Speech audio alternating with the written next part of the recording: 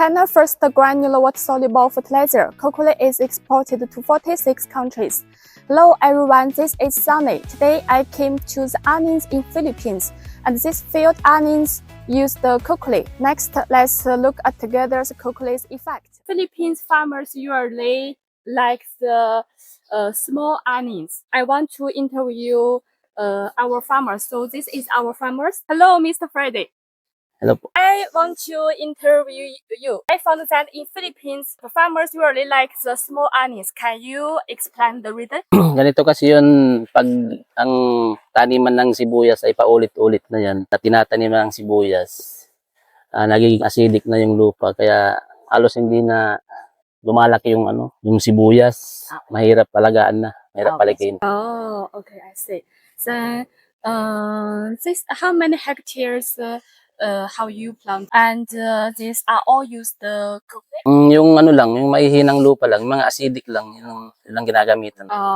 Only the land is acidic.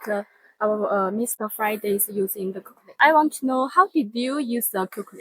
Unang-una, ginagamit ko ang kukuli pag bago magpasabog o magpatanim ng sibuyas. Binabasal po namin yun. Tapos pag tumubo na, nag-i-spray na po kami ng kukuli. How many dosage? Pag malilit pa lang yung sibuyas, dito sa atin yung lata.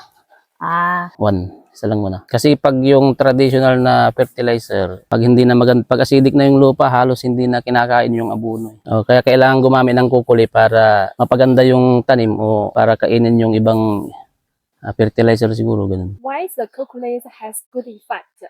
Because in 2030, we created this new category, and until now, we only focus on this one category for 40 years.